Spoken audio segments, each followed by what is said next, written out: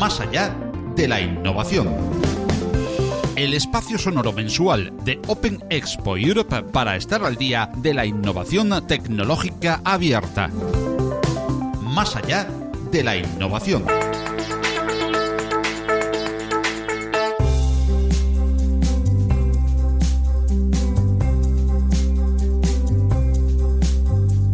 Hola, ¿qué tal están, amigas y amigos de la innovación tecnológica abierta? Gracias a Open Expo Europe nos volvemos a encontrar en la red, en una nueva edición de Más allá de la innovación, donde, siendo fieles al nombre del programa, nos adentraremos más allá de las recetas ordinarias para conocer sobre salud y haremos una radiografía sonora de lo último que se está operando en el SERMAS, Servicio Madrileño de Salud, y por ende en las tecnologías de la medicina a nivel global. Temas tan interesantes como la genómica, la monitorización individual, la inteligencia artificial aplicada al ámbito médico o las estructuras de data centers verdes, trataremos con Ángel Luis Sánchez García, jefe del Servicio de Arquitectura y Normalización, CTO del Servicio Madrileño de Salud, SERMAS, de la Comunidad de Madrid.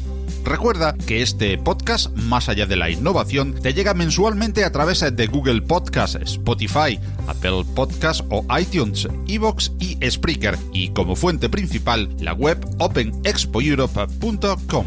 Te animamos a visitar la web, pues ahí encontrarás las últimas noticias sobre todas las actividades de Open Expo y, por supuesto, sobre el encuentro cumbre que cada año reúne a los líderes en innovación tecnológica abierta en Madrid. Este año será el día 20 de junio en las instalaciones de la nave. Reserva ya tu participación en Open Expo Europe y si te inscribes durante este mes de abril, aún tienes la posibilidad de beneficiarte de interesantes e importantes descuentos en el precio. En las notas de este programa encontrarás un enlace que te lleva directamente a la página de inscripción y siempre puedes llegar a ello a través de openexpoeurope.com. Este año Open Expo, el día 20 de junio en Madrid, volverá a ser el centro cumbre de la innovación tecnológica abierta con una enorme área expositiva que hacen de la feria la mayor de Europa, dedicada a esta forma de hacer tecnología e innovación que se imponen a nivel mundial. Mientras se disfruta de múltiples eventos y en paralelo de la zona expositiva, puedes oír a los líderes en tecnologías abiertas en los múltiples tracks que Open Expo Europe ofrece durante la jornada, componentes tan destacados como Chema Alonso, máximo responsable de ciberseguridad en Telefónica,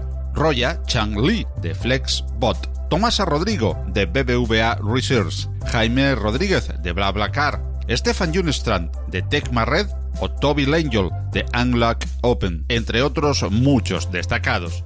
Te invitamos a estar atenta o atento a la programación de primera línea a través de openexpoeurope.com. No faltes a esta gran cita líder en Europa con este espléndido plantel de conferencias, expositores, empresas, organizaciones, organismos y expertos a los que te puedes unir tú, además de con un suculento descuento si lo haces antes de final de este mes de abril.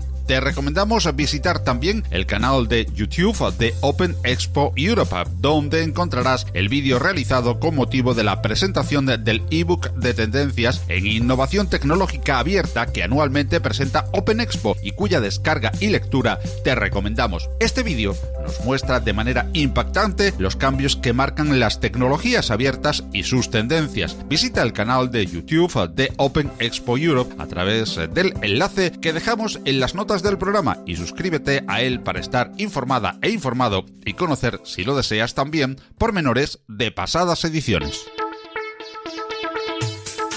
Más allá de la innovación. Tu cita mensual con la innovación tecnológica abierta de la mano de Open Expo Europe.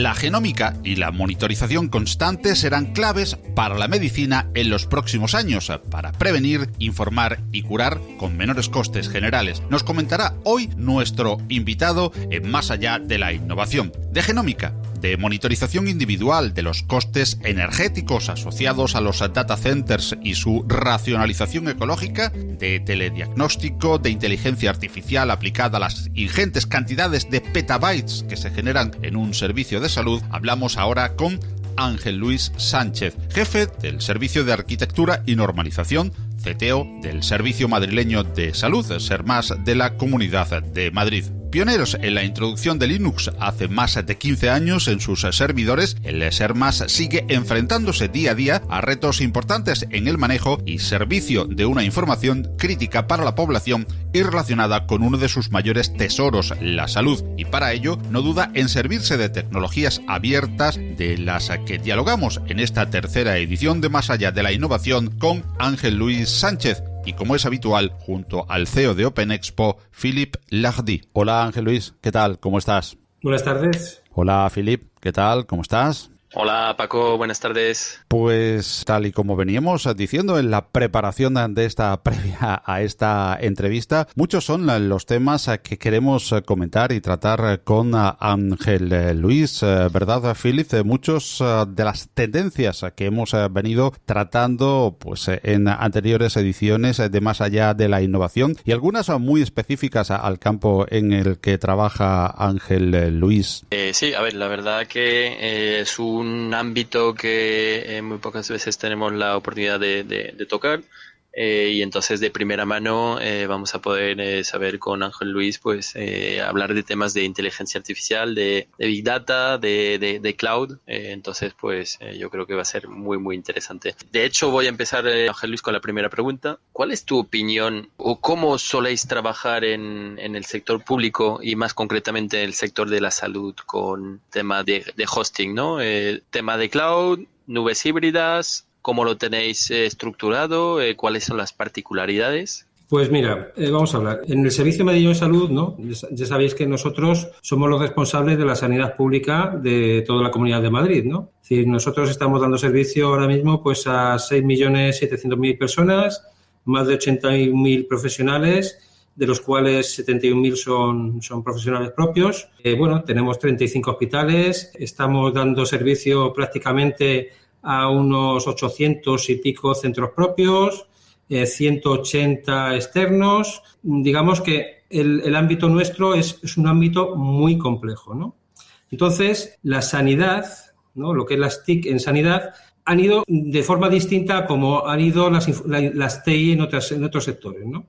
En otros sectores nacieron centralizados, ¿no? Es decir, estamos hablando de los grandes bancos, estamos hablando de grandes administraciones como la Agencia Tributaria o la Gerencia Informática de Seguridad Social, ¿no? Es decir, estoy hablando de hace 15 años, cuando yo llegué aquí a la Comunidad de Madrid, un poco después de las transferencias sanitarias, los servidores, los datos, estaban a los pies del profesional, ¿no? Es decir, estaban pues en el centro de salud, estaban en el consultorio, estaban en los CPDs dispersos, estaban en servidores en los servicios de los hospitales y el mayor problema que había es que esos datos solo eran datos que trabajaban aquellos profesionales de manera departamental, es decir, no eran datos compartidos, ¿no? Esto en los últimos años ha ido evolucionando, además también ha ido creciendo de manera exponencial con lo que es la implantación de historia clínica electrónica y podemos decir que a la fecha hemos conseguido con mucho esfuerzo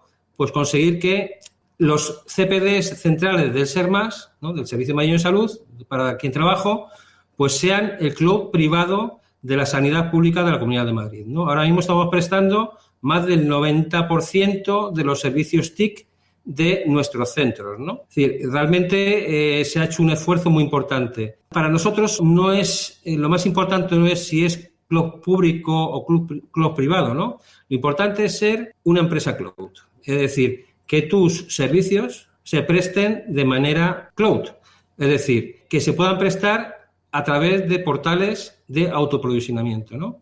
Y ese ha sido nuestro objetivo y ese realmente, pues es lo que finalmente, después de mucho esfuerzo, durante un proyecto, ¿no? Que en este caso se llama Proyecto Atenea, que ha ido en 3 fases. Una primera fase que fue poniendo orden, ¿no?, dentro de lo que son nuestros hospitales, haciendo una consolidación de data centers, ¿no? Es decir, minimizando aquellos data centers, digamos, externos, internalizando todo aquello que teníamos fuera en otros data centers externos, ¿no? Y apostando por lo que era la virtualización, ¿no?, de servicios. Lo que hemos ido consiguiendo es estar en disposición de lo que ahora hemos conseguido con lo que es el Atenea fase 3, ¿no? Y es darle un portal igual que o muy parecido al que proporciona AWS de Amazon o Azure o Google a nuestros informáticos de los hospitales para que ellos se puedan autoprovisionar sus servicios, ¿no?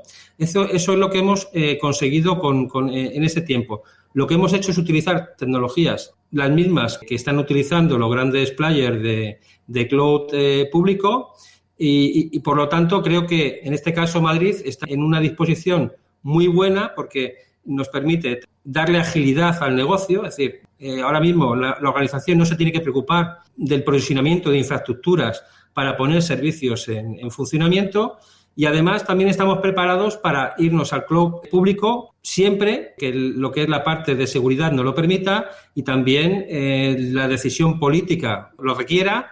Y, por otro lado, se hagan las cuentas, que hay muchas veces que cuando lo que son, digamos, para organizaciones tan grandes como nosotros, cuando echas cuentas y ves lo que cuesta, ¿no?, cuál es el coste de llevar los servicios a un cloud público, pues no te salen. No, al final sí, es cuestión económica y también lo que decías, ¿no? Cuestión de seguridad, porque al final los datos que estáis tratando son datos bastante sensibles en algunos casos. Entonces aquí el hecho de facilitar a terceros este trabajo y esta responsabilidad, en nuestro caso es un poco más complicado, ¿no? Pues sí, la verdad es que no lo decimos nosotros, ¿no? Es decir, lo dicen los grandes analistas. Hoy por hoy los datos sanitarios son mejor pagados incluso que los datos bancarios, ¿no? Es decir, los hackers, ¿no?, la ciberdelincuencia está, digamos, atacando todo lo que son bancos de datos sanitarios, ¿no? Porque es información muy completa.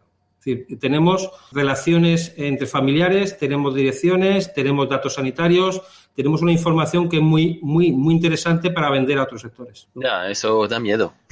Da miedo este tema, porque siempre pensando en lo que se dice, ¿no?, sobre el tema de ciberseguridad y de hacking, ¿no? No sabemos cómo ni cuándo, pero en algún momento pasará. Es decir, nada es infalible ni en ningún sector. Es decir, hemos visto monstruos que generan y que custodian datos enormes que casi uno por uno han pasado por temas de hacking y de pérdida de datos. Además, en este caso supongo, Ángel Luis, que estaréis muy preocupados vosotros especialmente de esa frase que se dice dentro del mundo de la seguridad últimamente y que cada vez está más en boga, de que no es cuestión de que te hackeen o no te hackeen, sino cuándo. Sí, eso es cierto. Es decir, a ver, podemos decir que tampoco nosotros no hemos sufrido un gran ataque, no hemos sufrido ataques. Sí hemos sufrido algún ataque de virus, ¿no? Pero digamos, no de robo de datos. Pero está claro que hay que estar siempre alerta, ¿no? Nosotros tenemos diferentes tipos de barreras, en este caso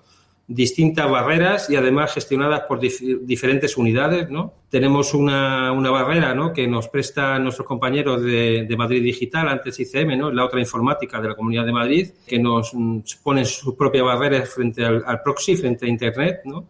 Por otro lado están las barreras que pone en nuestra oficina de seguridad, que tiene también sus medidas, ¿no?, y contramedidas.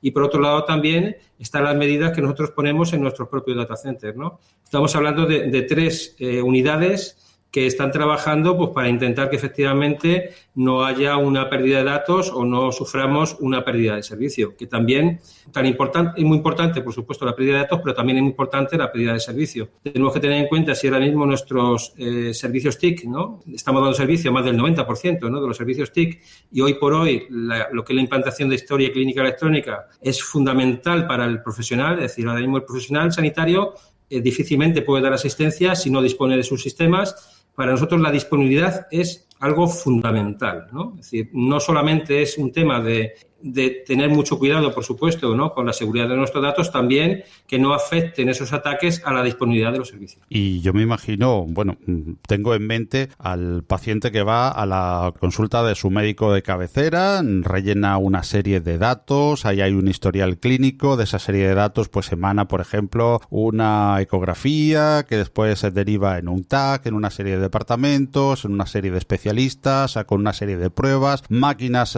interviniendo ahí con su IoT, mandando datos complejos que derivan pues en un tratamiento, en una operación, en un seguimiento, en una rehabilitación, en fin. Veo ahí una tal cantidad de datos ingente de diferentes máquinas aportando su IoT de informaciones desde el PC del médico de familia hasta los del hospital, los datos del hospital en que se han tratado, en el que la palabra de la interoperabilidad debe ser algo, bueno, casi como un arcano, ¿no?, dentro de vuestro pues sí, aspecto de la salud. Obviamente. Si algo define, ¿no?, lo que es el entorno sanitario, es la complejidad, ¿no? Es decir, nuestro entorno es muy complejo y además está totalmente interconectado. Es decir, por un lado tenemos que hablar de lo que es integración, ¿no? Es muy importante la integración. También es cierto que nos ayudan, que existen estándares al respecto, ¿no? Nosotros utilizamos estándares de integración HL7, ¿no?, que son unos estándares específicos para la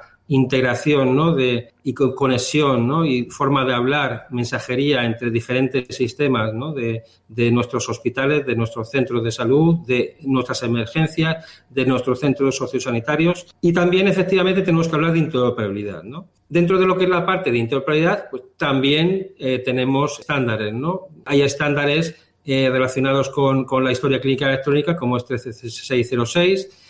Ahí nosotros seguimos de la mano de lo que es el Sistema Nacional de Salud, ¿no? Es decir, el Sistema Nacional de Salud está luchando, está consiguiendo que todas las comunidades autónomas sigamos unos mismos modelos de datos para lo que es la historia clínica básica del ciudadano.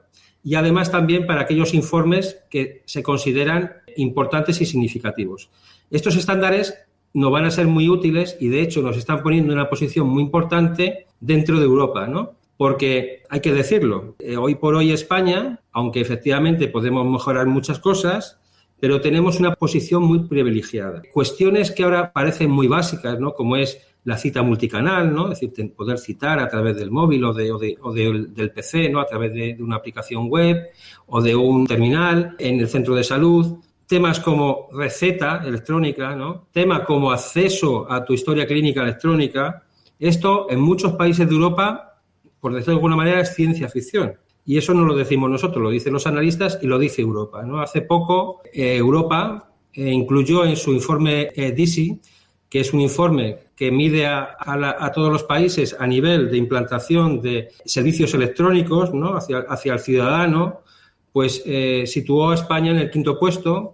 Siempre detrás, nos podemos imaginar, ¿no?, pues de los países nórdicos, y creo que era de Estonia, es decir, países muy pequeños, pero estamos por delante de países tan importantes como Gran Bretaña, como Italia, y podemos ver que Francia está, creo que era el 21, y Alemania está en el número 26. Por lo tanto, estamos en una posición muy importante para ser importantes, crear productos en lo que es lo que se nos viene lo que tenemos enfrente, ¿no?, que es la transformación digital, la verdadera transformación digital de la sanidad pública, ¿no? Es una oportunidad que tenemos. Nosotros ahora mismo tenemos los datos, tenemos una normalización en todas las comunidades gracias al Sistema Nacional de Salud, tenemos ya interoperabilidad en muchas cuestiones y eso nos puede poner una posición privilegiada frente a otros países europeos muy importantes. El problema que existe, creo yo, con la sanidad es que todavía se está invirtiendo poco, ¿no? Es decir, hay otro índice importante que es el índice 6, ¿no?, que hace un informe sobre la inversión de las TIC en sanidad, donde indica que, bueno, pues la inversión en sanidad es un 1,22, es decir, lo que es el gasto sanitario, TIC frente al gasto sanitario, que realmente es muy bajo en comparación con otros estados, ¿no? Yo creo que es importante que los gobiernos, las empresas, se den cuenta de que España está en una posición privilegiada y que tenemos una oportunidad por delante de seguir dando una de las mejores sanidades públicas del mundo, también reconocido, ¿no? Hace no mucho, ¿no? Pues Bloomberg dijo que éramos el tercer país más eficiente a nivel de sanidad. Es decir, podemos leer muchos informes diciendo que España efectivamente pues tiene una sanidad de calidad, ¿no? Y además ahora también universal. Algo que también, pues no es difícil, no es fácil encontrar en países de nuestro tamaño, ¿no? En el mundo. Por lo tanto, yo creo que lo que hemos hecho ha sido un trabajo muy arduo, es decir, lo que es implantación de historia clínica, no solamente en primaria, en especializada, es decir, estamos hablando también de como antes hablabais, ¿no? Ahora tenemos conexión con todos nuestros laboratorios, tenemos imagen digital, tenemos imagen radiológica, no radiológica, también siguiendo estándares, ¿no? Como es el caso de todo lo que es la parte de imagen, pues hay estándares DICOM, ¿no? Que nos han permitido pues poder tener diferentes fabricantes, ¿no? Y poder acceder de la misma manera a esos distintos fabricantes, ¿no? Que llamamos PAC, ¿no? Con unos estándares. Estamos en una posición muy privilegiada para poder realmente seguir siendo líderes en las TIC de Europa. Yo como francés, que estamos en la postura número 21, ¿no? Me he apuntado ahí lo que has dicho. Tengo que validar que la sanidad española, tanto a nivel de uso como a nivel tecnológico, está muy bien posicionada y muy adelantada. Y como habitante de Madrid, tengo que validar que en Madrid, la Comunidad de Madrid, está muy bien, está bien montado, ¿eh? No es por lanzarte flores, pero la verdad que como ciudadano y usuario final, debo de admitir que hay un gran trabajo que se ha hecho aquí y se nota. A ver, hablando de todos estos, porque es que esto tiene que generar un montón de datos, pero lo que me decía antes Paco, ¿no? Brutal. ¿Qué cantidad de datos? ¿Cómo están estructurados estos datos? Que luego estos datos de manera anónima, pues se hace el trabajo de Smart Data, pues con todos estos datos abiertos, en el caso de que sean anónimos. Se trabaja luego también con temas de inteligencia artificial de cara a estos datos y de cara, por ejemplo, a informes clínicos o radiografías, ¿no? A mí me viene a la mente el típico, ¿no? Que al final poner un radiólogo, ¿no? Que mira una a una a ver si ve alguna cosa crítica, o poner una inteligencia artificial entre medias que hace un trabajo de criba y cuando detecta algo anómalo, en este caso sí que entra ya un experto. Es decir, en resumidas cuentas, la pregunta son varias. Es el monto de datos que genera, y luego pues si estos datos se trabajan y cómo se trabajan, tanto de manera anónima como no. Y luego, pues, si entran dentro de este proceso temas de inteligencia artificial. Bien, pues vamos a explicar. Bueno, hoy hemos tenido aquí una empresa muy importante del IBEX 35 del sector banca, y hemos estado explicando uno de nuestros proyectos precisamente relacionados con el cloud privado, ¿no? Y bueno, pues entonces recuerdo un poco bien los datos que les hemos dado de nuestra volumetría, ¿no? Nuestra volumetría es realmente efectivamente grande, ¿no? Estamos hablando siempre de petas, ¿no? De petabyte, ¿no? Estamos hablando de 1,8 petabytes, ¿no? De datos, de base de datos y ficheros PDF. Estamos hablando de 2,5 petabytes de imagen médica digital. Estamos hablando de más de 2 petabytes de backup a disco duplicado. Nosotros hace muchísimos años, ya estamos hablando de 2011, nos quitamos las cintas, todo lo hacemos a backup de duplicado, y efectivamente tenemos muchos datos, ¿no? Hay una problemática que tiene mucho que ver con lo que antes habéis preguntado, que es la interoperabilidad, ¿no? Y es la calidad del dato, ¿no? Nosotros estamos luchando mucho para que el profesional introduzca, ¿no? Y también mediante técnicas de inteligencia artificial, ¿no? Sepamos traducir sus textos libres a datos que efectivamente sean interoperables, ¿no? Eso es algo fundamental, ¿no? Es decir, la calidad del dato para poder... Es decir, está claro que tenemos los datos hoy, ¿no? Lo que es el oro negro, ¿no? del siglo XXI son los datos, sabemos que tenemos los datos, pero también tenemos que darle un uso adecuado, ¿no? Eso pasa por luchar por la calidad del dato. Es decir, un dato no correcto, mal introducido, mal interpretado, pues puede suponer un error clínico. Por lo tanto, hay que tener mucho cuidado con la calidad de esos datos, ¿no?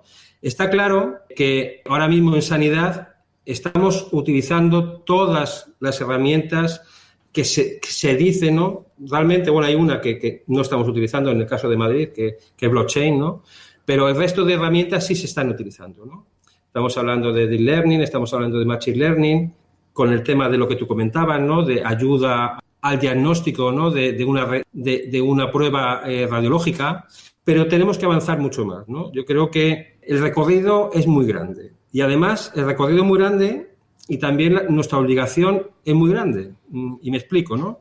Es decir, el sistema sanitario español tiene un problema o va a tener un problema a corto y medio plazo, ¿no? Sabéis, la pirámide, ¿no? de edad de este país es una pirámide muy complicada, ¿no? Es casi una pirámide invertida, ¿no? Cada vez tenemos más mayores y cada vez nacen menos niños. Eso nos lleva a que, efectivamente, los grandes consumidores de la sanidad, ¿quiénes son? ¿No? Pues, obviamente, los mayores. La mayoría o muchos de los mayores, pues son enfermos crónicos que son los grandes consumidores de la sanidad. Entonces, lo que hay que intentar es cambiar un poco el paradigma sanitario, gracias a todas estas herramientas. Es decir, lo que está claro es que es necesario ir hacia una medicina, lo que se llama de detalle, ¿no? Es una medicina predictiva. Lo que tenemos que intentar es que los ciudadanos estén sanos. Es decir, que tenemos que intentar que antes de que ese ciudadano caiga realmente enfermo, ¿no? Nos podamos adelantar a ello.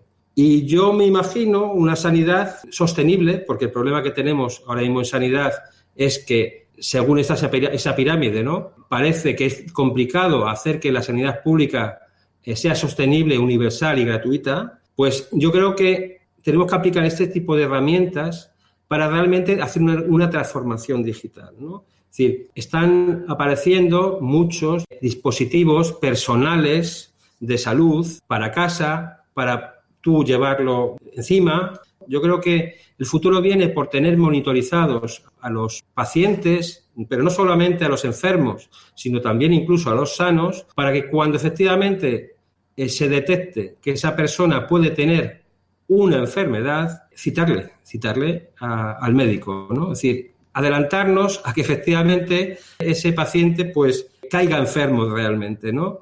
Intentando que el médico tenga que actuar lo menos posible, es decir, que haya herramientas previas e inteligentes que le faciliten el trabajo, intentando que el ciudadano vele más por su salud y tenga que hacer menos uso de la sanidad pública, ¿no? Yo creo que ese es el futuro y hacia dónde tenemos que ir. Un futuro preventivo, sin duda, pero muchos nos preguntamos por algo que no sé si todavía es demasiada ficción, no voy a decir ni ciencia ficción, y es el telediagnóstico. Hay algunos experimentos piloto en algunos países como Estados Unidos, pero en la sanidad española hay ya algunos estudios, algunos experimentos, o esto todavía nos queda demasiado lejos, porque si vamos hacia un futuro en el que se monitorice al paciente, en el que se hagan usos, he querido entender casi derivados de las predicciones que se hacen en temas como el business intelligence, ¿no? Para poder aprovechar oportunidades de negocio, pues aquí la oportunidad de negocio es, salvando las distancias, que el cliente pues se adelante uno, ¿no? Puede anticiparse. Pues respecto a todo esto y esta monitorización, ¿existe algún estudio? ¿Se está avanzando algo? ¿Se está estudiando? ¿O se está, en fin, teniendo en cuenta la posibilidad de ese futuro con el telediagnóstico dentro de donde se puede aplicar, claro? Telediagnóstico. Lo que es telediagnóstico se está haciendo ya. Es decir, nosotros estamos dando servicio para que te hagas por hacernos una idea, ¿no? Hay ayudas de telediagnóstico de primaria especializada. Es decir, un médico de primaria puede pedir un diagnóstico a un profesional de especializada sin hacer que el ciudadano vaya especializada. ¿Me explico? Sí. También existe, ¿no? Por ejemplo, con las prisiones, ¿no? Es decir, intentamos que los presos, ¿no? Pues salgan lo menos posible de las prisiones porque tiene un coste elevado. Allí, con unas cámaras, hay al otro lado unos médicos, le hacen un diagnóstico, intentan que efectivamente ese ciudadano, ¿no? Que está en la prisión, pues no tenga que asistir a un hospital, ¿no? O a farmacia. También tenemos muchísimos acuerdos con lo que son residencias de ancianos. Es decir, es una molestia, ¿no? Para un anciano tener que cogerse y un coste muy elevado, pues tener que llevar una ambulancia, llevarlo, trasladarlo. Es decir, ya se hacen este tipo de acciones, se están haciendo no solo en Madrid, se están haciendo en todas las comunidades autónomas, ¿no? Yo creo que efectivamente estamos empezando y hay mucho por hacer. Y yo creo que las tecnologías que vienen adelante nos van a permitir hacer cosas que ahora mismo pues parecen efectivamente ciencia ficción, ¿no? Pero yo creo que es cuestión de años. Yo estoy convencido que la miniaturización, ¿no?, de lo que son los dispositivos personales, el abaratamiento también de esos dispositivos, van a permitir, si ahora mismo los ciudadanos, ¿no?, pues están dispuestos a llevar un reloj, ¿no?, y decir a Samsung, ¿no?, o a Apple o a Google, ¿no?, lo sanos, lo que andan, por dónde se mueven, cuáles son sus hábitos de vida.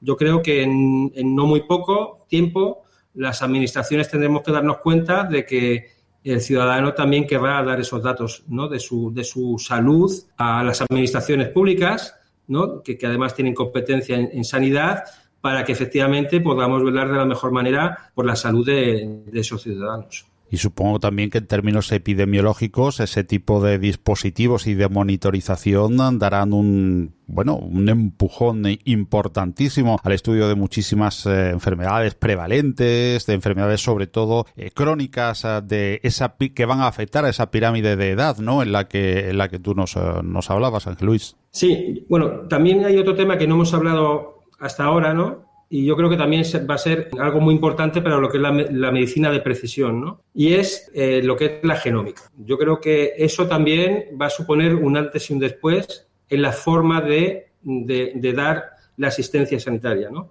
Los centros, nuestros hospitales, ¿no?, cada vez disponen más de secuenciadores.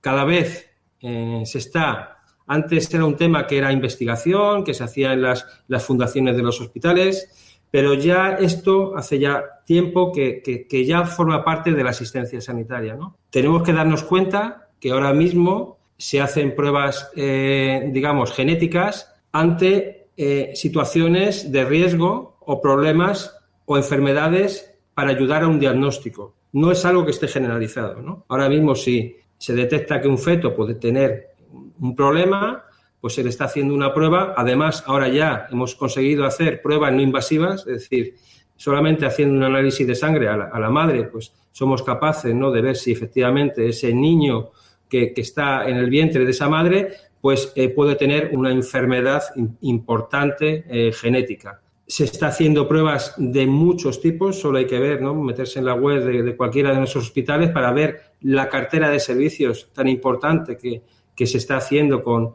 las pruebas genómicas, y yo estoy convencido que en no muchos años se hará lo que ya se está haciendo en otros países, ¿no?, en otros países más pequeños, más ricos, lo que es un análisis de los genes más importantes se está haciendo a toda la población, en algunos casos cuando nacen, en otros cuando se casan, ¿no? Yo creo que eso va a ser muy importante. Yo creo que el saber o predecir qué enfermedades puede tener una persona dentro de X años, ¿no?, pues puede ayudar mucho a prevenir las enfermedades que esa persona pueda tener o tenga predisposición para ello, ¿no? Eso va a ayudar mucho a la medicina de precisión, y también ayuda mucho a unos enfermos que realmente son unos enfermos que padece mucho tanto el enfermo como sus familias, que son los enfermos de enfermedades raras, ¿no? Es decir, son enfermedades muy complicadas de diagnosticar, ¿no?, que realmente, si no es con procedimientos genéticos,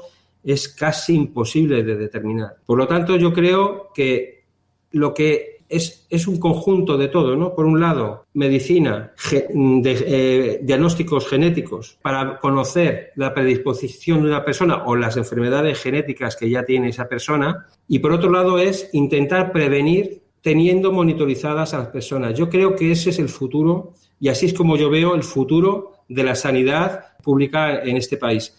No sé cuándo llegará, pero estoy convencido que esto llegará. Aquí, tanto como antes, yo creo que la sanidad española sí que está avanzada y a la cabeza.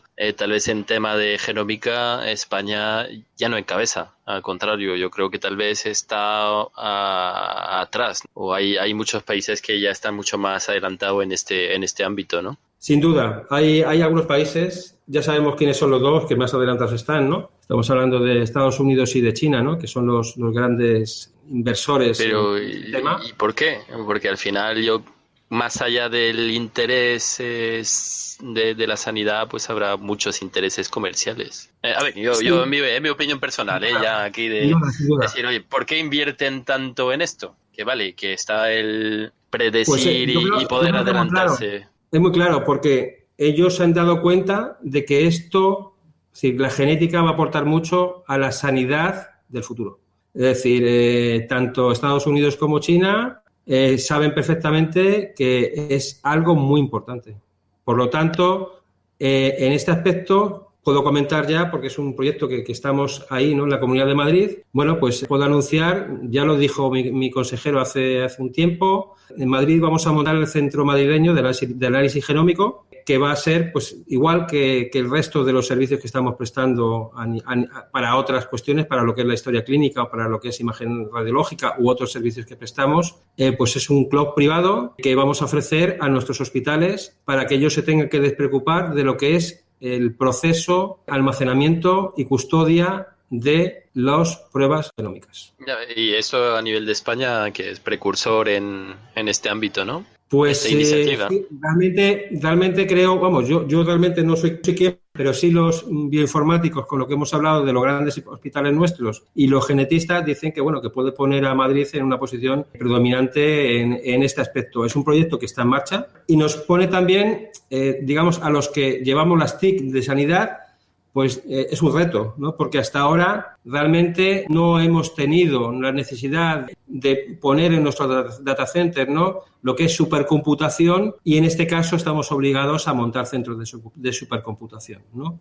Por lo tanto, pues es un reto, y creo que es muy interesante el poder realmente todos esos adelantos que antes eran investigación, conseguir que ya sean de aplicación y estén dentro de la cartera de servicios que reciban nuestros ciudadanos. Y bueno, se me ocurre allí una pregunta que preguntamos a David Cuartilles en el último podcast. Para la supercomputación, la computación cuántica, no sé si es algo que habéis empezado allí a plantear, a trabajar o... Cuántica, sí. Para mí es ciencia ficción, quiero decir. A mí me parece algo muy lejano, ¿no? Es algo que sí efectivamente he seguido, pero creo que no es de fácil aplicación, digamos, para organismos.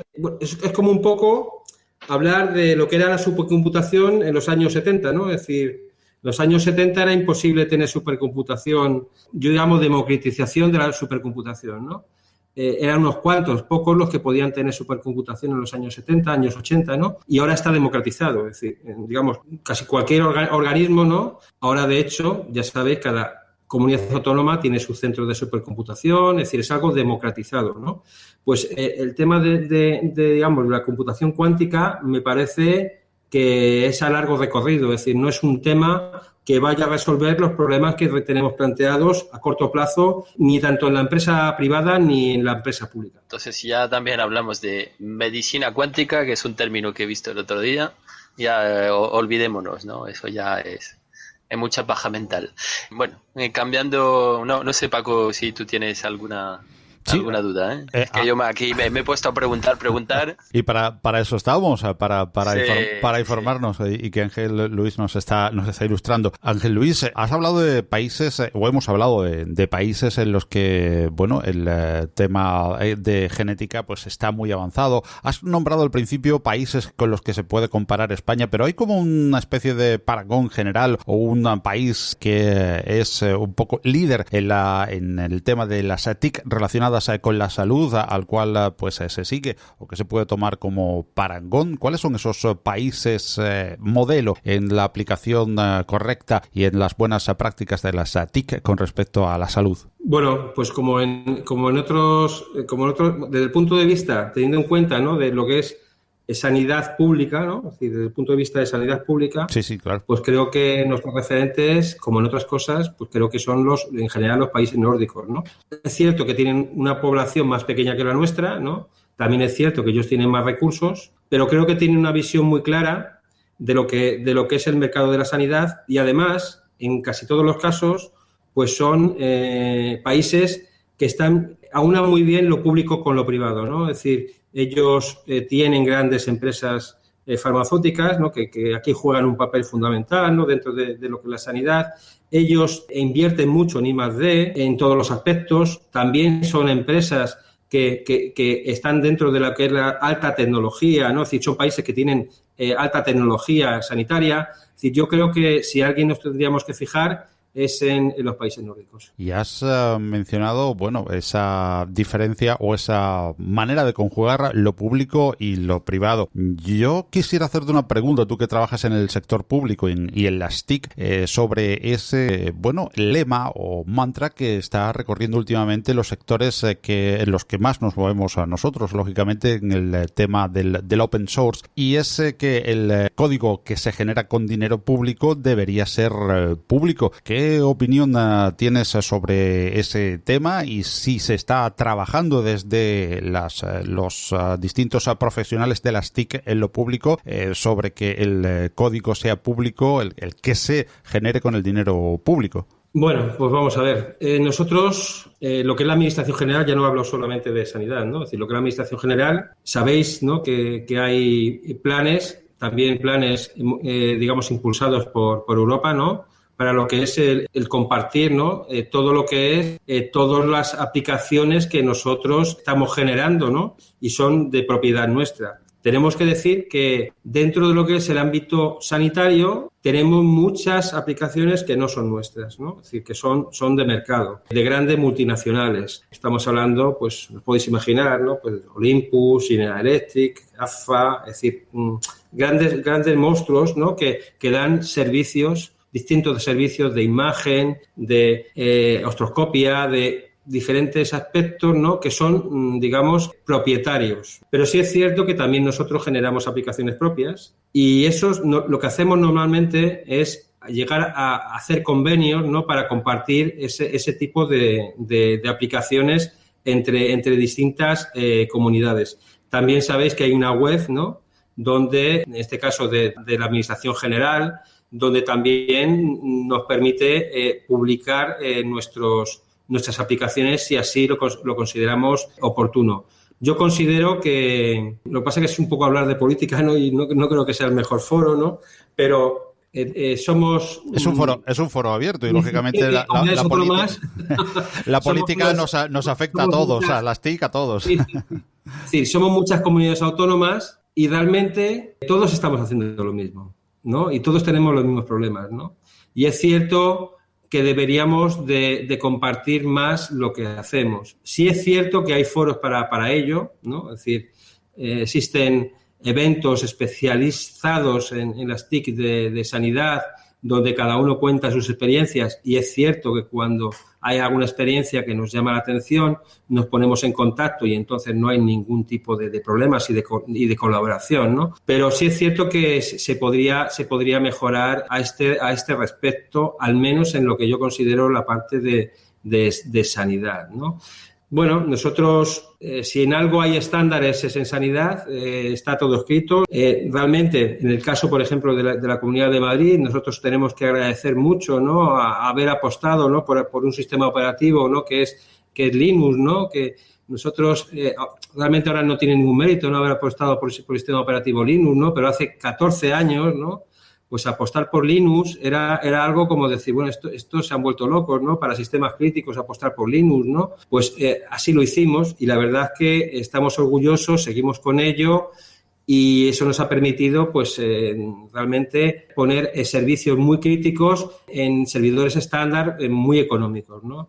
También nosotros empezamos a virtualizar gracias a KVM, ¿no? Que también es un sistema de virtualización abierto y realmente ahora estamos apostando obviamente por Big Data y en este caso estamos apostando por Cloudera, que también es de código abierto. Tenemos muchos sistemas también con servidor de aplicaciones con JBoss, ¿no? Es decir, digamos que no en todo, pero sí en una gran parte nosotros apostamos por ello. Todos nuestros desarrollos, nuestro libro de estándares dice que se utilicen sistemas de desarrollo abiertos. Nosotros hemos apostado y seguimos apostando por Java, ¿no? Que también es abierto. Es decir, yo creo que dentro de los sectores generales, públicos y privados, lo que es el sector sanitario siempre se ha apoyado mucho. También es cierto, por falta de recursos, porque siempre hemos tenido que hacer muchas cosas con muy poco presupuesto, pues nos hemos apoyado en los sistemas abiertos, todo aquello que hemos podido. Pero también es muy importante, y eso es algo que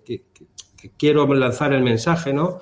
Que es muy importante que cuando tú pones un sistema de código abierto en producción, detrás tengas un soporte de una empresa importante que ante un problema esté para ayudarte, ¿no? Nosotros así lo hemos buscado, es decir, intentamos no meternos en un software de código abierto si detrás no hay una importante corporación, alguien que nos dé la seguridad de que ese producto tiene continuidad y realmente ante un problema pues podemos, resolverlo en un tiempo razonable para la criticidad de nuestros sistemas. Hemos tenido alguna mala experiencia, ¿no? Hemos tenido alguna mala experiencia con sistemas abiertos porque, bueno, realmente pues la empresa ha desaparecido y aquello, pues bueno, nos hemos encontrado con un producto de código abierto, pero que no hemos sido capaces, porque nosotros tampoco tenemos capacidad para desarrollar y seguir desarrollando esos productos, hemos tenido que abandonarlos porque no hemos encontrado a alguien que se haga cargo de ese soporte.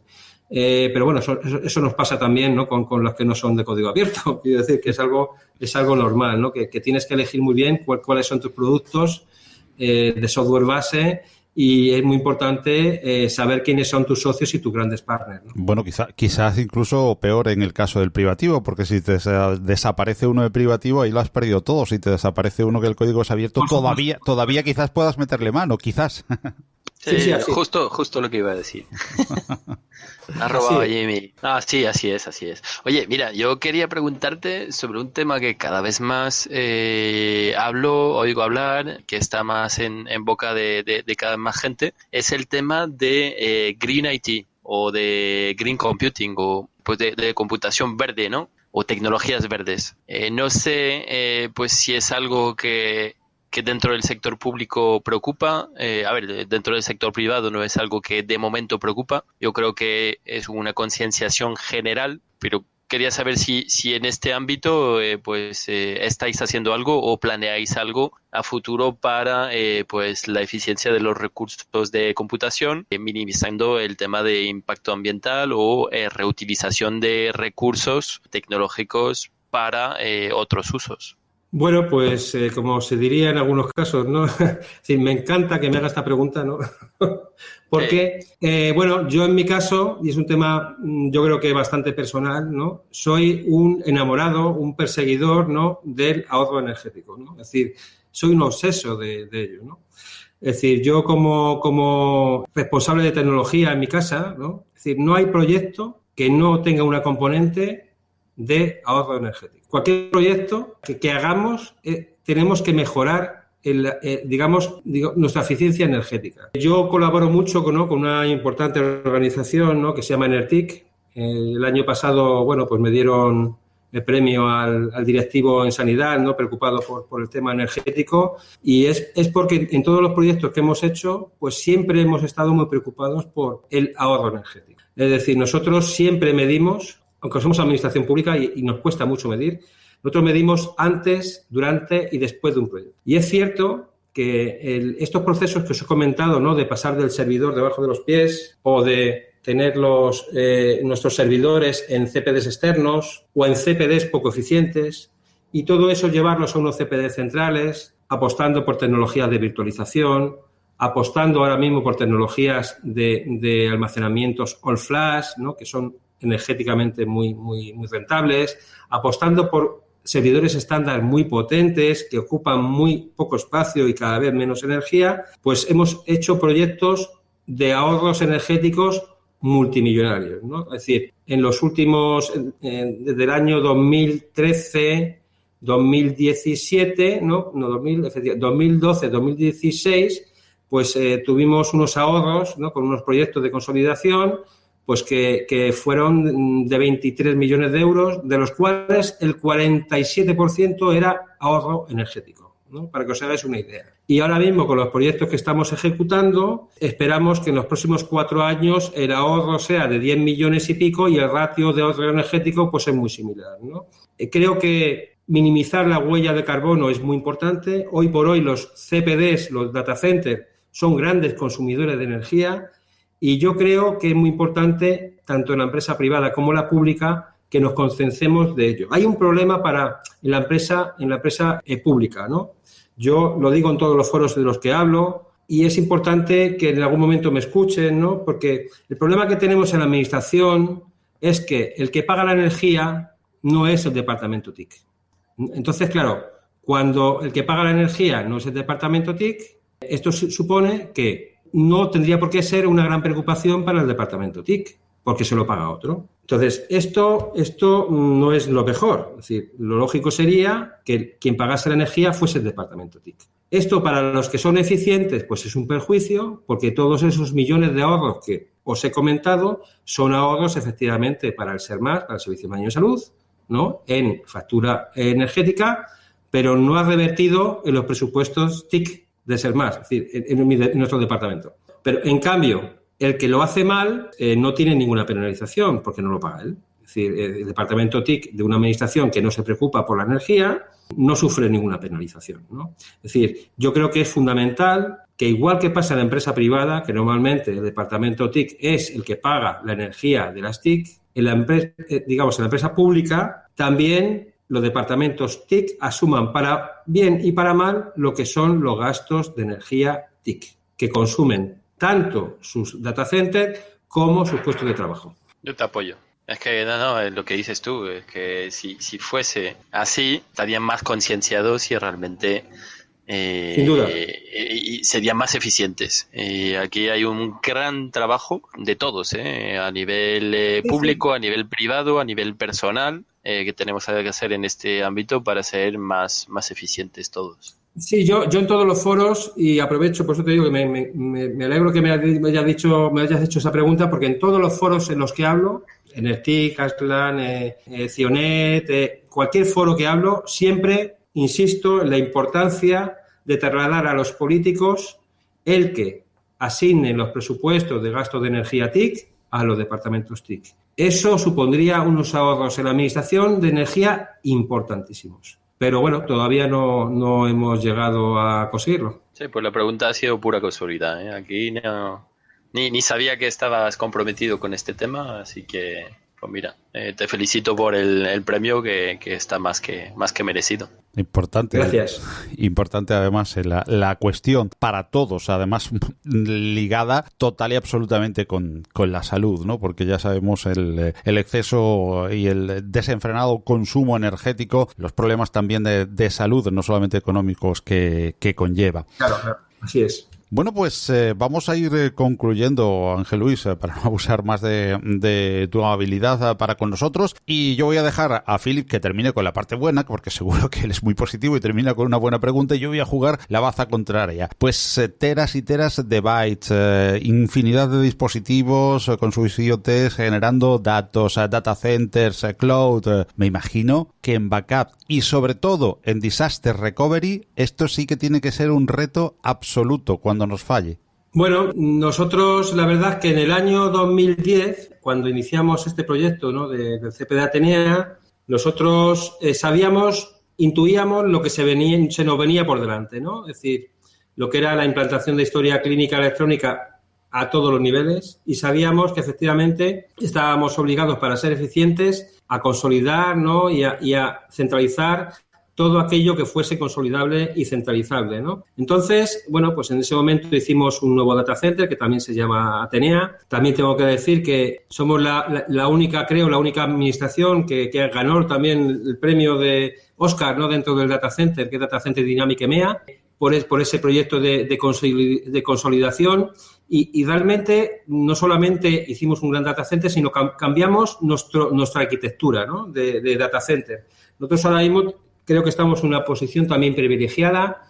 No creo que haya muchas administraciones que lo tengan. Nosotros tenemos 2 data centers principales en nuestros propios locales, en locales propios, en activo-activo, ¿no? 2 data centers en activo-activo. Y además tenemos un tercer data center, en este caso de Disaster Recovery, que nos presta nuestros compañeros de Madrid Digital, ICM, lo que os he comentado antes, la otra informática que tenemos en la Comunidad de Madrid, en su data center que está externalizado, en este caso Tres Cantos, Atos, ¿no?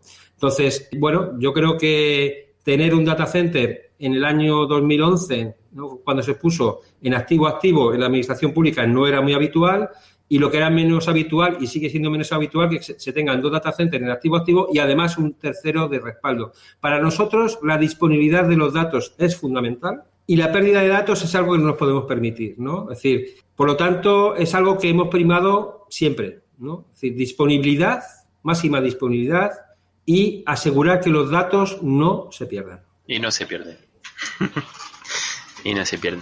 Tener en cuenta que ha ocurrido, ¿no? En sanidad, podéis ver por ahí noticias, pues obviamente imaginaros lo que supone que se pierdan, imaginaros pruebas de algo, de radiológicas. Eso supone tener que llamar a todas esas personas que ya se hicieron la prueba para repetir una prueba, ¿no? Eso es algo que realmente no nos podemos permitir. O episodios que un médico ha puesto sobre un paciente, imaginaros que perdemos los episodios de los últimos 3 meses de 1.000 pacientes, ¿no?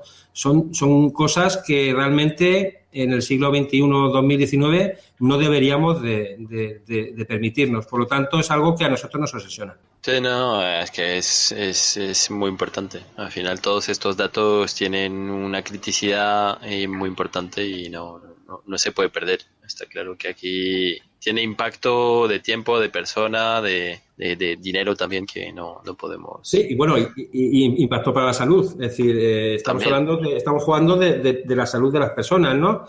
Porque esa prueba a lo mejor es fundamental para que a esa persona se le opere al día siguiente, ¿no? Es decir, y si eso no lo puede ver el médico, pues y tienes que retrasar la prueba una semana, pues bueno, pues puede ser también algo definitorio a nivel. Y el tema de disponibilidad, pues que os voy a comentar, ¿no? Nosotros ahora mismo tenemos centralizado incluso el banco de sangre. Es decir, ya no estamos hablando de la petición de sangre de nuestros quirófanos, que por supuesto está centralizada. También los autoanalizadores de sangre, es decir, la sangre que se autoanaliza, incluidas las plaquetas, están colgando también de nuestro data center. Por lo tanto, fijaros la importancia que tiene, ¿no? Es decir, hoy por hoy, si habéis visto una operación, ¿no?, en un quirófano, el médico está viendo la historia clínica y está viendo también las pruebas radiológicas. Tiene que ver para poder operar. Entonces, imaginaros que eso de repente se apaga. Yo tenía una última pregunta, era referente, antes hablaste de un proyecto innovador, ¿no?, que estáis trabajando a nivel de la Comunidad de Madrid, que es pues el Centro de Genómica. Centro Madrileño de Análisis Genómico, CEMAG. Vale. Centro Madrileño de Análisis Genómico. Ahora lo he dicho bien. Vale. ¿Qué otros proyectos innovadores tenéis en los armarios? ¿Y cómo ves, a ver, aunque lo has comentado durante esta tertulia, pero cómo ves la sanidad dentro de 15 o 20 años? ¿O cómo ves el sector público y los avances tecnológicos en este ámbito dentro de 15 o 20 años? Bien, nosotros, o 5 si nos ponemos más cerquita, ¿no? Bueno, porque tal vez hablar a 15-20 es mucho, tal vez. Bueno, nosotros ahora mismo estamos lanzando un macroproyecto que ya se le ha dado nombre, que es Génesis. Es un proyecto donde queremos cambiar un poco la paradigma de la forma de gestionar los datos sanitarios, ¿de acuerdo? Entonces, hemos lanzado hace unas semanas un RFI a los grandes players del sector sanitario y también tecnológico para que nos aporten, bueno, cuál es su visión sobre ese reto que les hemos lanzado, ¿no? Nosotros tenemos claro que hay que apostar por repositorios de información clínica normalizados para lo que es la parte, como yo llamo, transaccional, y también apostar por técnicas, ¿no?, de Big Data, ¿no?, Data Lake, para lo que es segundo y tercer tratamiento de la información, ¿no? Tanto para lo que es la información de cuadros de mando de la dirección como también lo que comentabais antes para poner en disposición de investigadores, bien de la Comunidad de Madrid o bien de otros sectores, totalmente anonimizados, ¿no? Ese es el reto que tenemos, ¿no? Ahora mismo tenemos unas aplicaciones que nos dan servicio, pero que sabemos que son muy mejorables, ¿no? Que hay que volver a rehacerlas. Y nosotros ahí también nos vamos a apoyar en un nuevo estándar también de la asociación HL7, ¿no? Que no sé si conocéis, que es muy importante en sanidad, ¿no? Que es el estándar FHIR, ¿no? FHIR. Entonces, creemos, ¿no? que utiliza, ¿no? También XML, JSON, HTTPS. Es un estándar que nos va a facilitar hacer desarrollos rápidos utilizando, digamos, este estándar contra esos datos normalizados. Eso es un proyecto que tenemos con un perfil de 8 años, ¿no? 8 años. Será, por decirlo de alguna manera, pues igual que hemos tenido el proyecto Atenea, pues va a ser nuestro proyecto a 8 años, ¿no? Y alrededor de eso, ir incorporando todo lo que hemos comentado de nuevas tecnologías, basándonos en nuestros datos normalizados, ir aplicando diferentes tecnologías de IoT, inteligencia artificial, reconocimiento de voz, reconocimiento de texto manuscrito del sanitario, estamos hablando de gamificación, estamos hablando de conceptos como es monitorización remota del paciente, todo lo que tiene que ver también con impresión 3D, que es algo fundamental, que creo que va también a revolucionar el mundo sanitario, y todo eso enlazado también con el otro proyecto que tenemos, que os hemos comentado antes, de análisis genómico, ¿no? Eso es, yo creo, bueno, es el proyecto que tenemos en la Comunidad de Madrid. Y luego, ¿cómo veo yo la sanidad? Yo veo una sanidad donde nunca va a desaparecer el sanitario, ¿no? Yo creo que el sanitario es fundamental, la persona es fundamental, pero sí que va a ser un sanitario asistido, ¿no? Es decir, un sanitario que va a tener mucha información del estado de su población. Va a ser un sanitario que cuando venga el paciente, él ya va a tener mucha información sobre cómo está el estado de salud de ese paciente. Ahora mismo, como bien sabéis, si habéis ido, ¿no?, a una consulta de atención primaria, pues el sanitario que tiene de atención primaria, ¿no?, que tiene que atender a 60 personas, ¿no?, en una mañana o en una tarde, pues es que apenas tiene tiempo casi ni para mirarte la cara, ¿no? Lo único que hace son preguntas y lo que hace es anotarlas en su historia clínica. Pues pensamos que cuando el paciente llegue a estar delante del sanitario, él va a tener mucha más información y va a tener ayudas que le ayuden al diagnóstico, que le ayuden a prescribir de manera correcta, que le informe de todas las alertas que pueda tener, incompatibilidades ese ciudadano, ¿no? Y pensamos, la visión que yo tengo, no estoy hablando de 5 años, estoy hablando ya de 10 años, creo que finalmente vamos a ser todos ciudadanos monitorizados, ¿no? Obviamente no será algo obligatorio, pero aquel ciudadano que él quiera estar monitorizado, yo creo que será un ciudadano esté monitorizada a su salud, y aquel que efectivamente también lo quiera, que le lleguen alertas de su comportamiento, ¿no? Que le diga, oye, has estado este fin de semana tumbado todo el día y el próximo fin de semana intenta moverte más, ¿no? Es decir, yo creo que lo que va a haber interés sobre conseguir que las personas enfermen menos, es decir, que haya menos crónicos.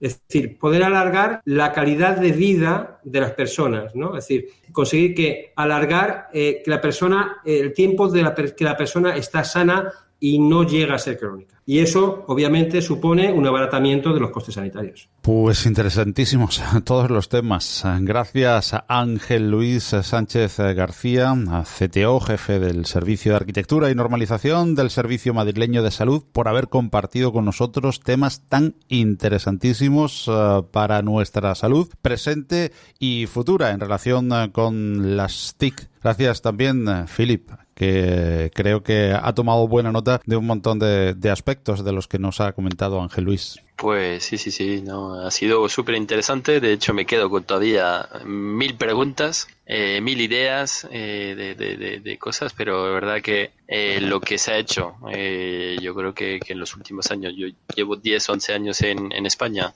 he visto allí una evolución muy importante en este ámbito, y lo que nos espera también tiene buena pinta, aunque está también un poquito de miedo, ¿no? Tantos datos, monitorización, es algo que da bastante respeto. Así que muchas gracias, Ángel Luis, y volvemos a hablar en 10 años. Pues muchas gracias a vosotros por tener la oportunidad de transmitir igual cuáles son mis ideas y mi punto de vista, y también daros a conocer un poco en qué está trabajando la Comunidad de Madrid. Más allá de la innovación.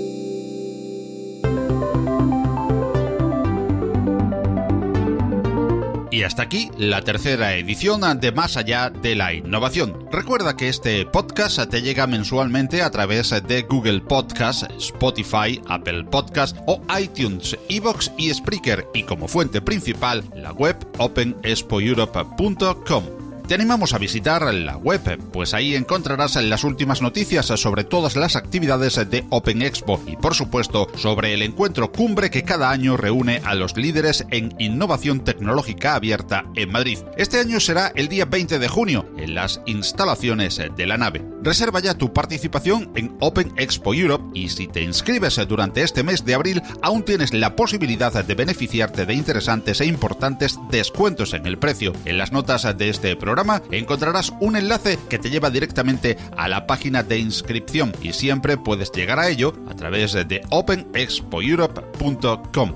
Este año, Open Expo, el día 20 en Madrid, volverá a ser el centro cumbre de la innovación tecnológica abierta, con una enorme área expositiva que hacen de la feria la mayor de Europa dedicada a esta forma de hacer tecnología e innovación que se imponen a nivel mundial. Mientras se disfruta de múltiples eventos y, en paralelo de la zona expositiva, puedes oír a los líderes en tecnologías abiertas en los múltiples tracks que Open Expo Europe te ofrece durante la jornada, con ponentes tan destacados como Chema Alonso, máximo responsable de ciberseguridad en Telefónica, Roya Chang Lee de Flexbot, Tomás Rodrigo de BBVA Research, Jaime Rodríguez de BlaBlaCar, Stefan Junstrand de Tecmared o Toby Langell de Unlock Open, entre otros muchos destacados. Te invitamos a estar atenta o atento a la programación de primera línea a través de openexpoeurope.com.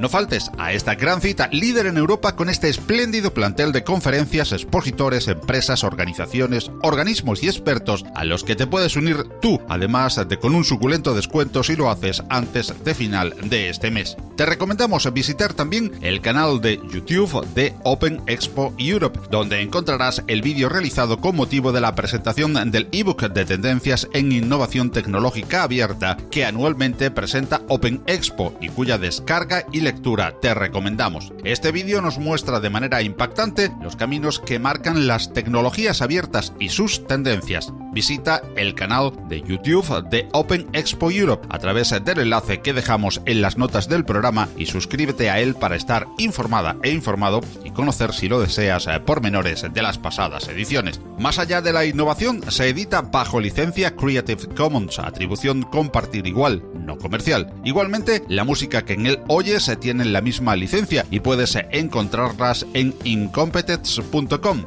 bajo la producción de Kevin MacLeod. Hasta nuestro nuevo encuentro en la red, recibid cordiales saludos y nuestros mejores deseos de salud y felicidad en nombre de Open Expo Europe.